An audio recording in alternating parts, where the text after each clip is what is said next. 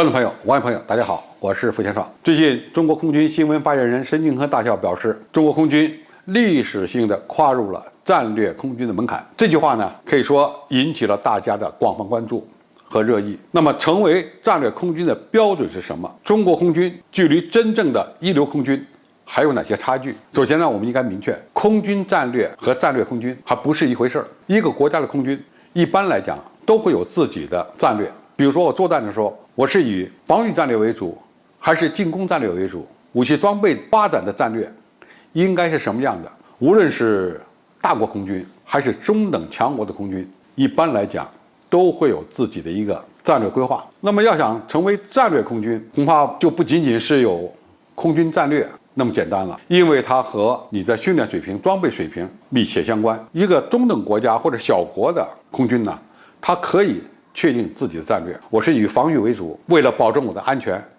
那么我的攻击范围应该是多少？战胜哪些对手，我就能保证我们国家的安全。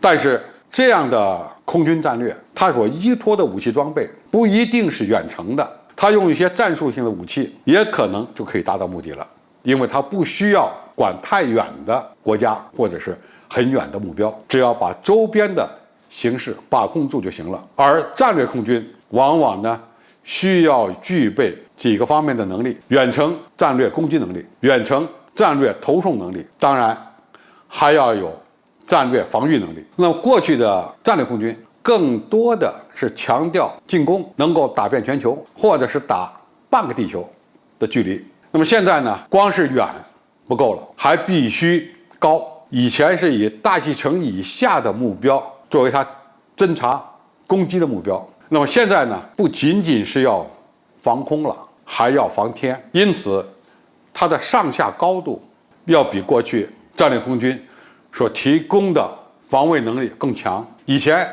3万米以下是空军防卫的重点，超过3万米以上呢，基本上没有航空器能够在这些高度层上飞行了。但是现在不一样，现在除了航空器以外，外层空间还有大量的航天器，而且这些航天器呢，目前是可以对空中、地面、水面的目标，甚至水下的目标实施侦察的。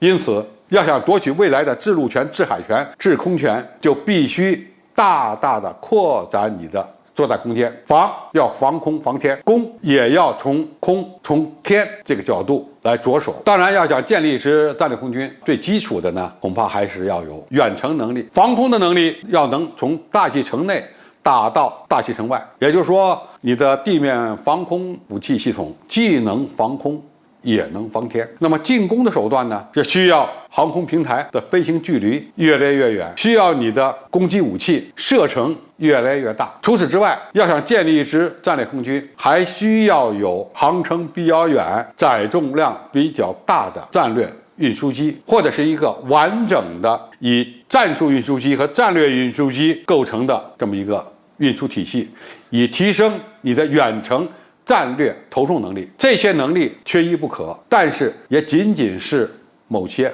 单项武器。要想建立一支战略空军，必须成体系化建设。除了战略轰炸机、战略运输机、远程的防空导弹武器系统以外，还需要具备远程警戒雷达、空中加油机、空中预警机、侦察机、指挥机等等等等。只有构建出一个完整的远程作战体系，你才有可能呢构建出一个战略空军。那么我们现在的水平，可以说仅仅是达到了进入战略空军这个门槛。今后的发展任务呢还很艰巨，除了需要填补一些空白以外，还要完善我们现有的体制。比如说战斗机的航程也需要不断的加长。怎么加长？装备大量的高性能的空中加油机就是措施手段之一。我们目前的远程打击能力相对来讲还是有限的，因为我们现在只有中程战略轰炸机和中远程战略轰炸机，远程战略轰炸机我们现在还是缺项。那么飞机飞得远，你的指挥控制系统、通信系统就要跟上，否则你难以实现你的远程投送和远程打击能力。这样的一支战略空军的建设，应该说对我们而言还是任重而道远。但是随着中国航空技术、航天技术、电子技术水平的提升，我想建立一支真正具备空天一体、攻防兼备的战略空军，为时已经不远了。好，今天介绍就到这里，谢谢大家收看。感兴趣的朋友，我们可以在下面的留言区留言交流讨论。我们下期再见。